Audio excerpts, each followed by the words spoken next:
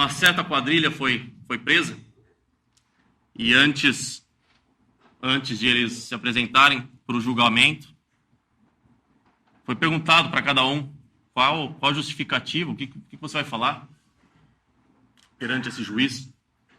E o primeiro pensou e falou assim: bom, realmente foi um crime grande assalto, mas na minha cidade não tinha nenhum hospital, e eu construí um hospital para essa minha cidade. Tantos doentes que estavam lá à beira da morte agora estão curados, a cidade toda mudou, perspectiva de vida lá, e seria muito injusto se um juiz fosse contra ajudar essas pessoas doentes. Como é que um juiz poderia falar alguma coisa contra eu ajudar essas pessoas doentes? Um outro pensou um pouco, falou: bom, meu crime anterior tinha roubado, tinha matado alguém também, mas nesse aqui nós só roubamos. Me dá mais alguns anos, estou melhorando cada vez mais. No próximo, talvez vou roubar até um pouco menos. O juiz, claro que vai olhar isso, vai falar: ótimo, está no caminho certo, não é? Porque está melhorando cada vez mais. O terceiro parou e pensou: verdade, roubei, gastei tudo, fiz uso do que não era meu e eu não posso fazer nada. Estou à mercê desse juiz, dessa justiça, e vou esperar, ver o que ele vai falar. O quarto parou, virou para os outros três e falou assim: por que vocês estão falando isso? Juiz? Que juiz? Eu nunca vi juiz. Não vou nem me preocupar, juiz não existe. Eu não vou ter problema nenhum, porque não existe juiz. Essa situação pode parecer um pouco absurda, colocada nesses termos, mas é o que muitas pessoas agem, é uma forma que muitas pessoas agem quando se fala de Deus. Muitas delas vão buscar, por sua própria maneira, uma forma de se justificar perante Deus, uma forma de tirar Deus da jogada, falar até que não existe, tentando ou querendo, como isso, apaziguar a consciência que cada um tem, que cada um sabe, quando é colocado de frente com essa questão do seu pecado e de um juiz. Mas hoje, cada vez mais fácil, nós enchermos nossa cabeça com outras distrações, com pensamentos, filosofias que buscam apagar essa ideia de o que vai acontecer ou de que eu tenho que um dia responder pelo que eu fiz para o juiz, e mais ainda, eu tenho que responder a questão do meu pecado, porque todos pecaram. Nós vemos isso em Romanos: todos pecaram, destituídos estão da glória de Deus. E essa não é uma situação de hoje. Se nós falamos que existe muito conhecimento hoje, as pessoas sabem coisas diferentes que não sabia antes, então por isso essa noção de o que nós vemos na Bíblia mudou. O mesmo homem de séculos atrás, milênios atrás, as mesmas divagações, as mesmas filosofias que nós temos hoje. E o pedido que existe hoje é o mesmo que nós vemos na Bíblia. Um livro escrito já há milhares de anos e continua muito atual. Vamos ler um versículo em Atos 17.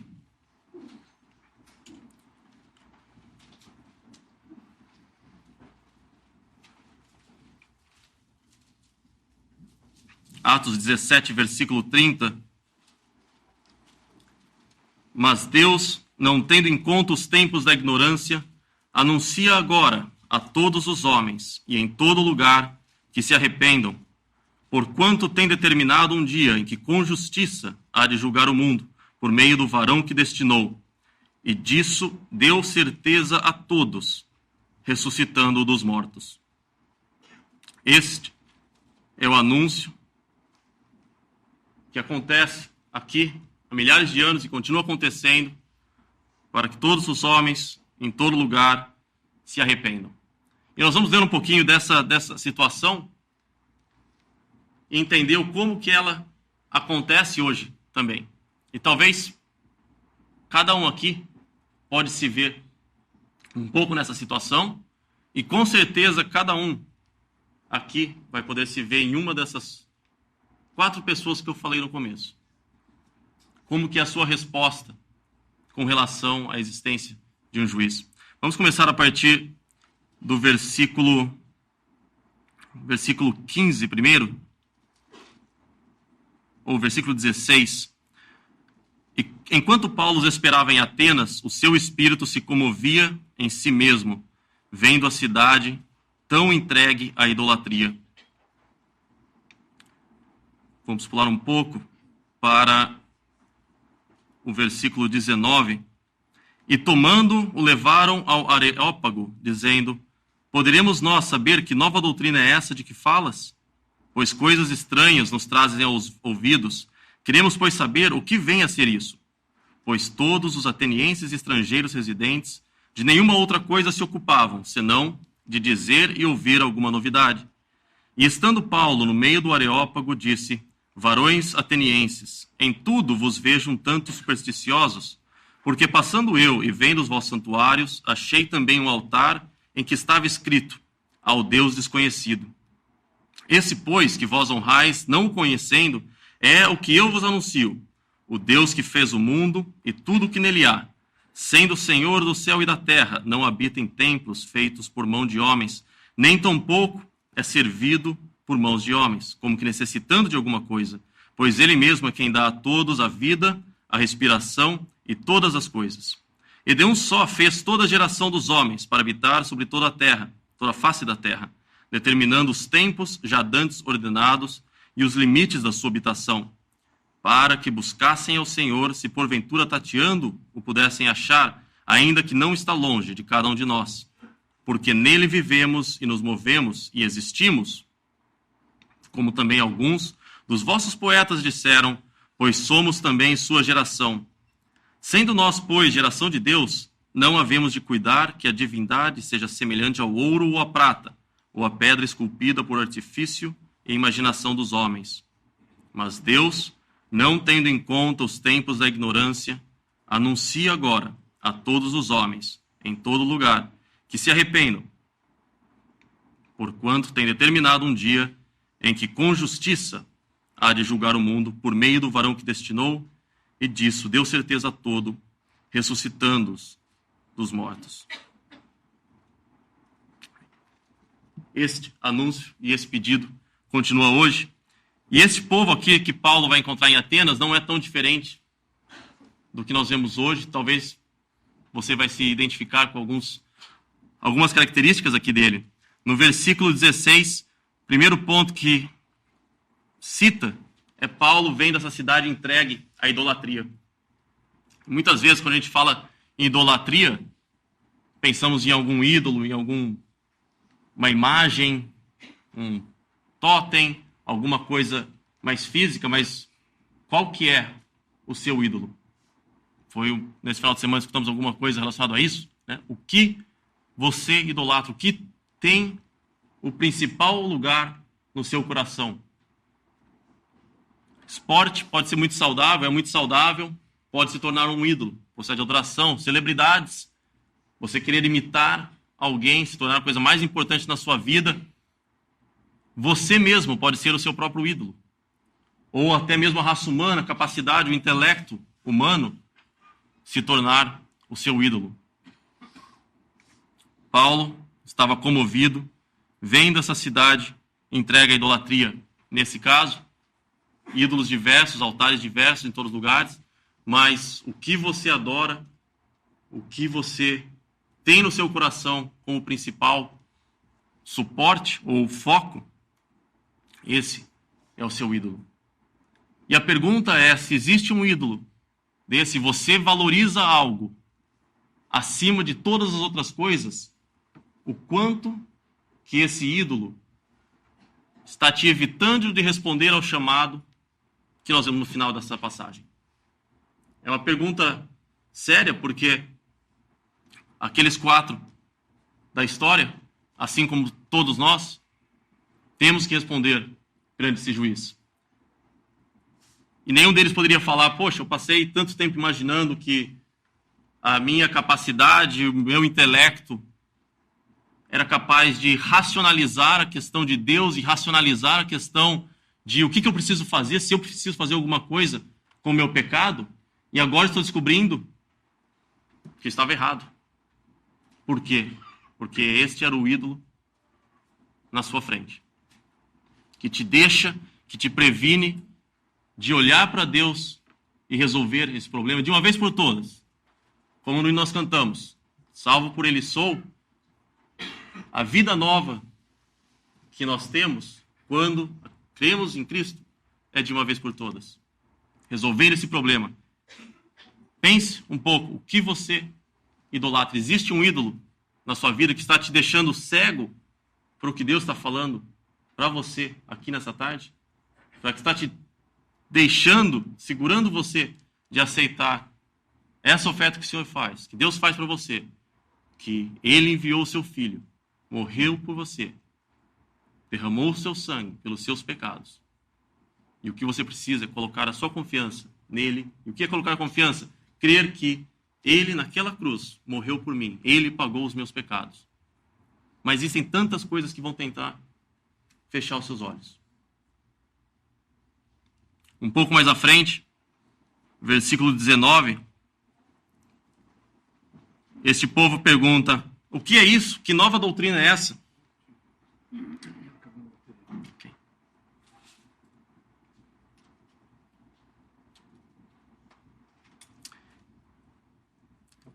Que nova doutrina é essa? Que falas, pois queremos saber o que vem a ser isso.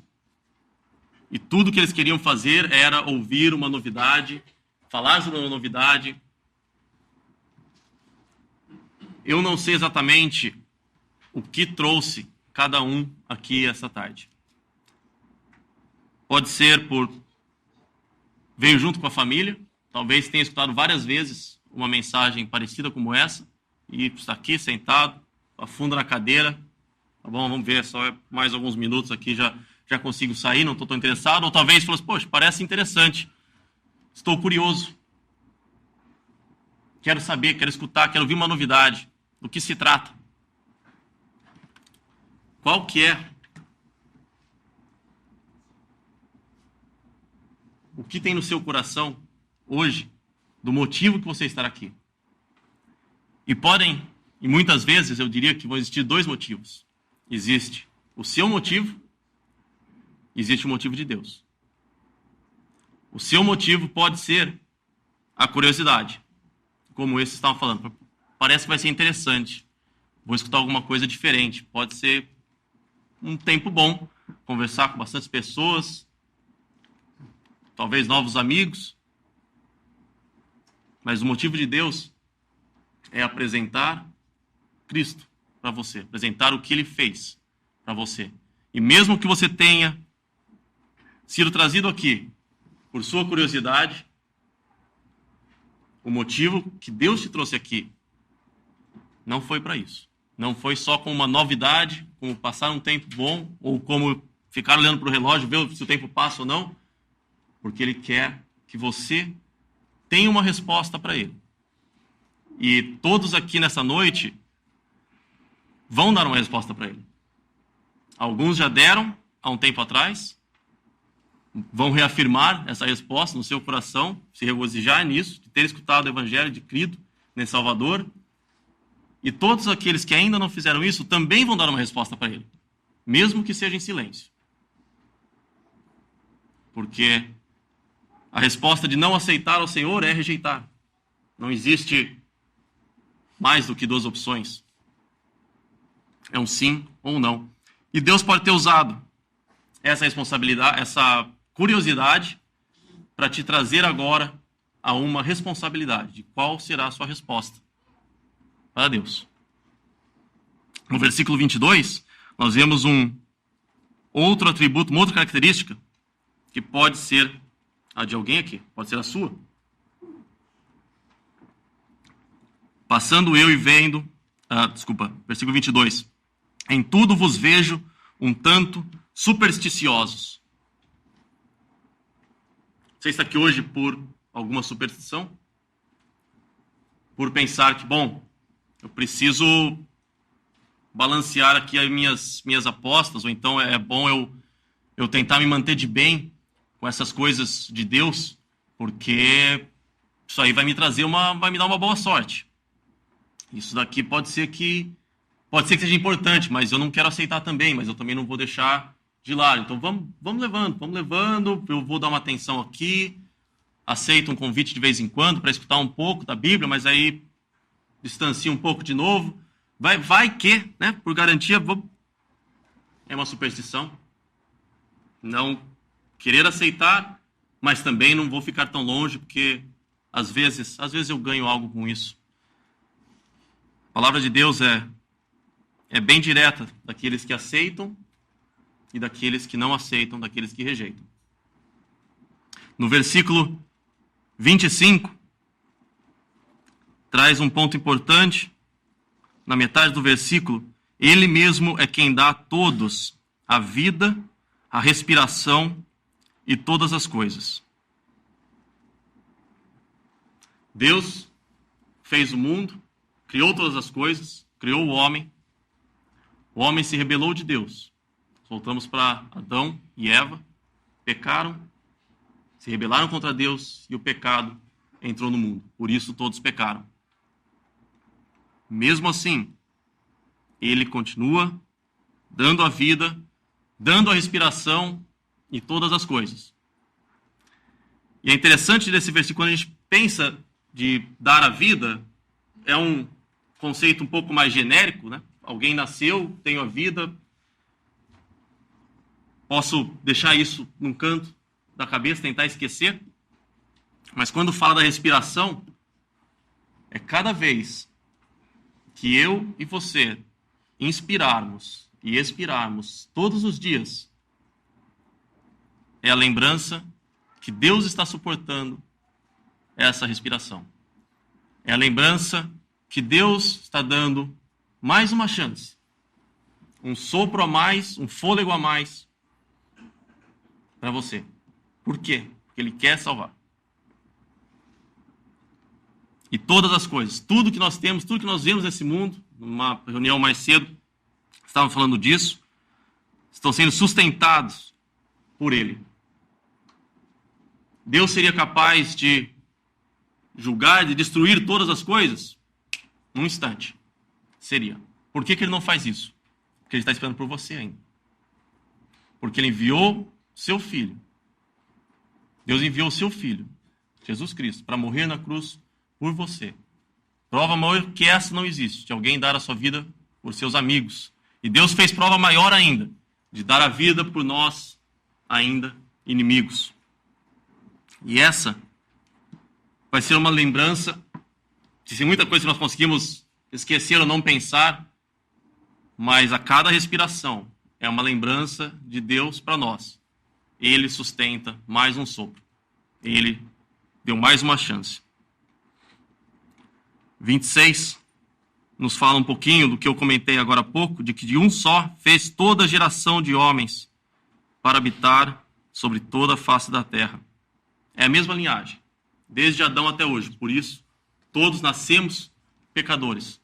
Por isso que aqui, cada um, desde o mais novo até o de mais idade, uma criança recém-nascido, nasceu pecador. Aquela quadrilha, todos eram culpados. Que resposta que eles iriam dar? É a mesma coisa aqui. Eu posso falar, bom, mas eu não sabia, não fiz. Na palavra de Deus nós vemos isso sendo afirmado. Agora você sabe. E não só sabe, como consegue compreender e saber muito bem no seu coração que nós fazemos uso dessa natureza de pecado. Fazemos coisas que são da nossa própria vontade, que sabemos que não deveríamos fazer, e continuamos fazendo. O que são isso? São os frutos dessa natureza que todos nós temos, nascemos com ela. E 27, Pode parecer, até agora que estou falando algo de um Deus que vai julgar, mas também de como e o que ele fez para cada um. E é interessante nesse versículo 27, que diz, não está longe de cada um de nós. Apesar de nós estarmos longe, irmos para longe de Deus, Deus chega perto e estende a mão. O quão rápido um pecador pode se aproximar de Deus. Num instante. Aceitando a Ele como Salvador é imediato. Quão longe Deus está para responder de forma tão imediata? Não está longe, está muito perto. Está esperando a sua ação. Está esperando a sua resposta. Gostaria de ler um versículo também em Romanos 5.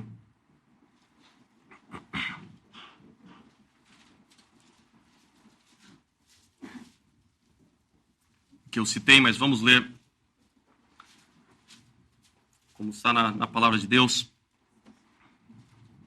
Romanos 5, versículo 12.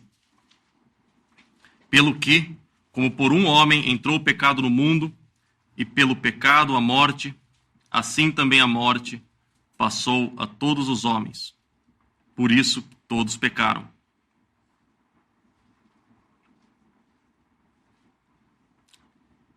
Tem um outro que eu citei também, versículo 6.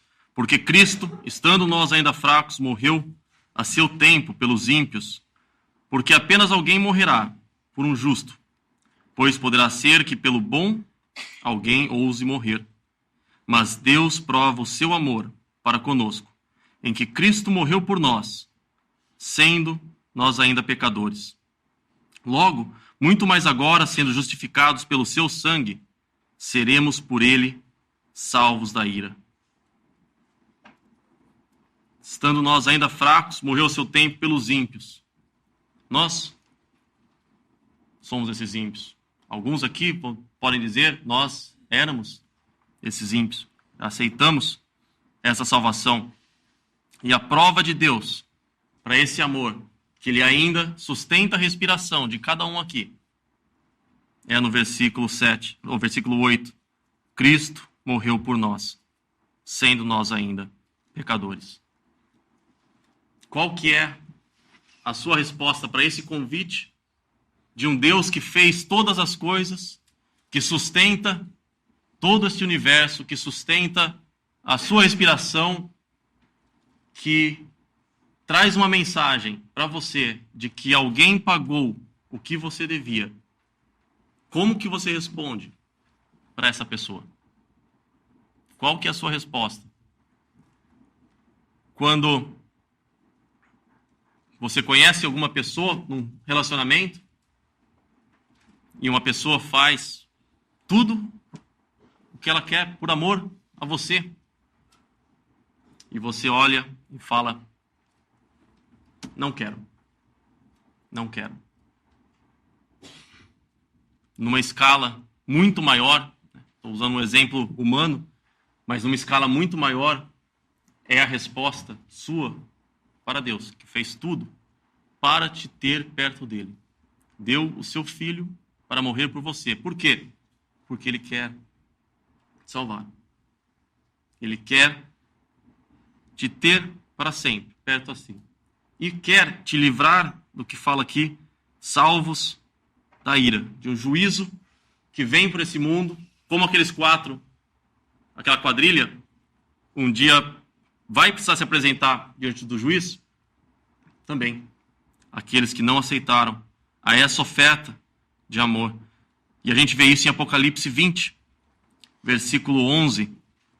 Um pouco dessa imagem do que é esse momento que eu espero que nenhum aqui precise passar por isso, ou que nenhum aqui estará lá, mas a gente pode apenas ler sobre ele, que está colocado aqui como ensinamento. Versículo 11, vi um grande trono branco, e os que estavam assentados e o que estava sentado sobre ele, de cuja presença fugiu a terra e o céu, e não se achou lugar para eles. E vi os mortos, grandes e pequenos, que estavam diante do trono, e abriram-se os livros, e abriu-se outro livro, que é o livro da vida, e os mortos foram julgados pelas coisas que estavam escritas nos livros, segundo as suas obras. E deu o mar os mortos que nele havia, e a morte e o inferno deram os mortos que neles havia, e foram julgados cada um segundo as suas obras. E a morte e o inferno foram lançados no lago de fogo.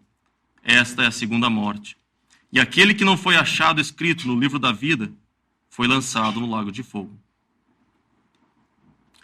Essa é uma passagem que a gente pode olhar para essa situação terrível. O terror fugiu a terra e o céu de frente da presença deste grande trono branco e daquele que iria julgar, e os mortos grandes e pequenos. Aqui apresenta que todos, não faz distinção de se eram pessoas importantes ou não na vida, conseguiram muitas coisas, talvez tinham destaque acima de toda a sociedade, ou foram muito poderosos, ou talvez se consideravam muito grandes a si mesmo, para com Deus, e falavam, não preciso que Deus me ajude, ou queriam colocar a culpa em Deus. Se Deus me julgar, ele vai ser muito injusto. Baseado em quê? Na nossa justiça? Nossa justiça não é nada, nós somos inimigos de Deus. Grandes e pequenos, todos eles diante do trono. E abriu-se os livros, e outro livro que é o da vida. E todos foram julgados pelas coisas que estavam no livro, segundo as suas obras. E aquele, último versículo 15, que não foi achado escrito no livro da vida, foi lançado no lago de fogo. E o que é estar escrito no livro da vida? É ter aceitado essa oferta de salvação que Deus faz para você. E ter o seu nome escrito no livro da vida. E não estar presente nessa situação aqui. E é por isso que Deus sustenta a sua respiração até hoje. Voltando em Romanos, capítulo 4, mais um versículo.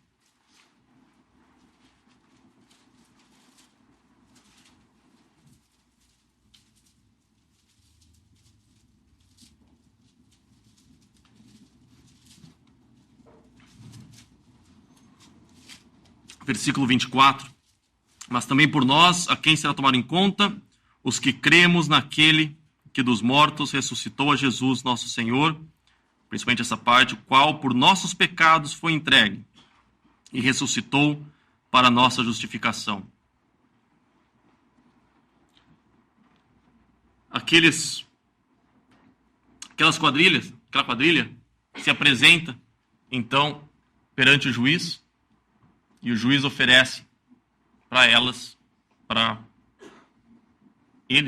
essas pessoas, um escape, que fala, eu tenho alguém que pagou já o que vocês deviam. Eu tenho alguém que vai ser julgado no lugar de vocês. Tem alguém que vai cumprir a pena que cada um de vocês merece.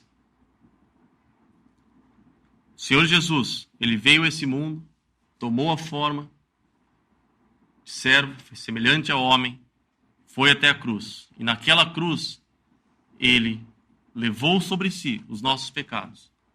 Ele tinha sobre si esses pecados para receber o julgamento de Deus, um julgamento que esses pecados nos levariam para aquela cena lá de Apocalipse. E que por toda eternidade nos teria afastado de Deus. E ele derramou o seu sangue lá, por mim e por você. E agora ele oferece para você esse escape, falando, eu paguei tudo. Esses 4 apareceram no juiz agora, o juiz falou assim, olha, tem alguém que pagou tudo para você.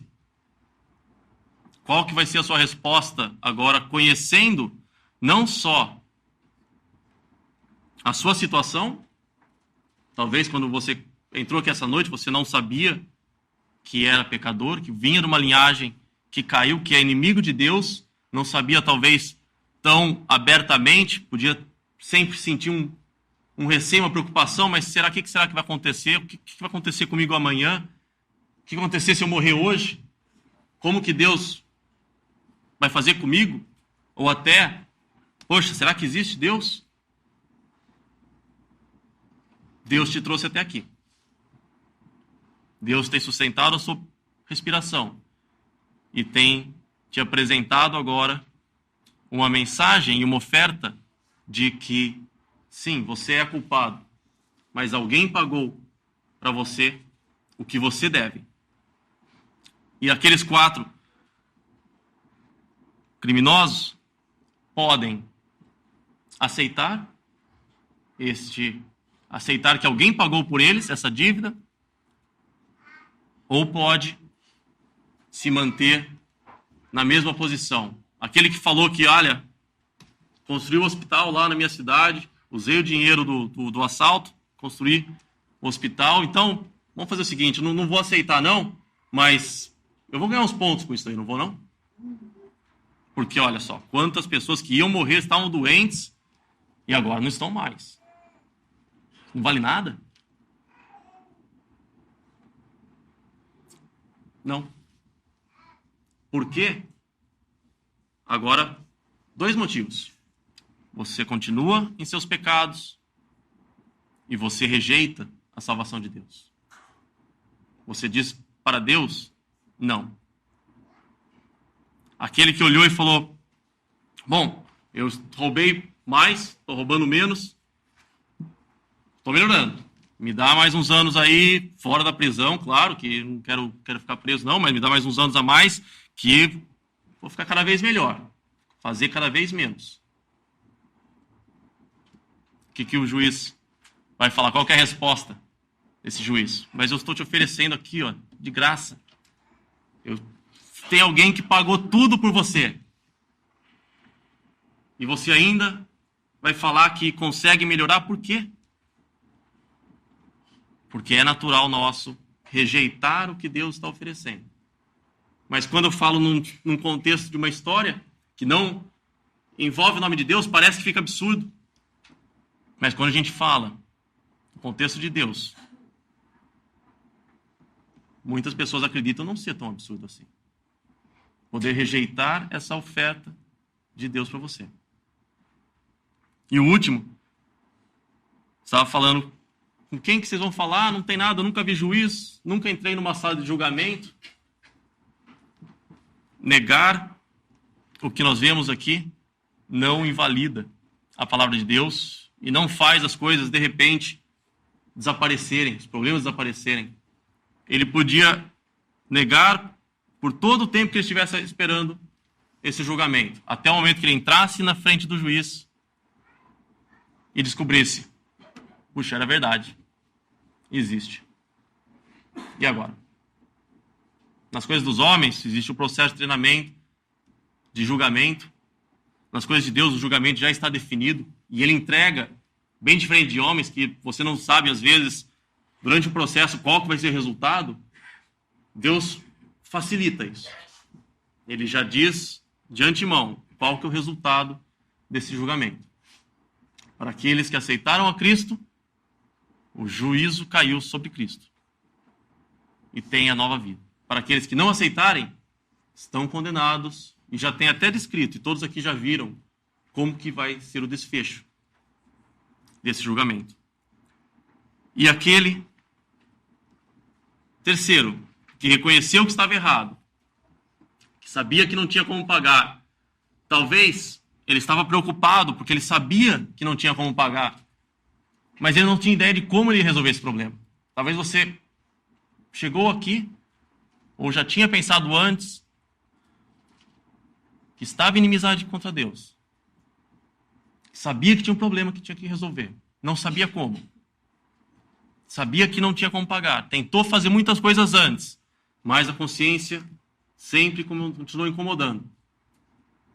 E Deus te trouxe aqui por diferentes, pode ser por alguma dessas maneiras, curiosidade, ou por uma superstição, ou por força, trazido pela família, porque ele queria que você escutasse da salvação que há em Cristo Jesus, através do sangue dele derramado na cruz por você. E responder a essa pergunta que ele faz: o que você aceita o que eu fiz por você? Quando a gente coloca, como eu comentei, com uma história, parece absurdo, mas infelizmente muitos tratam dessa forma com Deus. Querem dar as suas próprias justificativas, criar os seus próprios meios, seus próprios artifícios, mas Deus deixa isso tão claro. Aceite o Senhor Jesus como seu Salvador. Aceite essa oferta que Ele apresenta para você, porque Cristo fez tudo para você na cruz. E possa cantar de novo. Nós vamos cantar a segunda parte daquele hino 203, que eu espero que nenhuma pessoa aqui esteja cantando em hipocrisia esses versos. Gloriosa vida em libertação, desfruto por Jesus, e já não há mais condenação, e vivo já em sua luz. Essa é a paz que eu espero que cada um aqui possa ter essa noite, de poder dizer: gloriosa vida em libertação, já não há mais condenação. Não há mais condenação para aqueles que estão em Cristo Jesus. Vamos orar? Nosso Deus e nosso Pai, te damos graça, ó Pai, que preciosa mensagem do Evangelho ainda pudesse ser pregado uma vez mais hoje. Que todos têm uma responsabilidade perante Deus de responder a este convite, de reconhecer-se pecadores e aceitar este convite, ou de negar. Mas todos, agora, Pai, responsáveis por esta resposta. Pedimos, ó Pai, que Tu possa estar tocando o coração de cada um, de algum que ainda não tenha aceitado este convite, que Tu ofereces em amor, que Tu ofereces de graça, tudo feito, tudo pago, e que todos aqui possam cantar: salvo, por Ele sou. Damos graça, Pai, pedimos a Tua bênção, a Tua palavra, precioso e bendito nome do nosso Senhor Jesus Cristo. Amém. Visite 3minutos.net.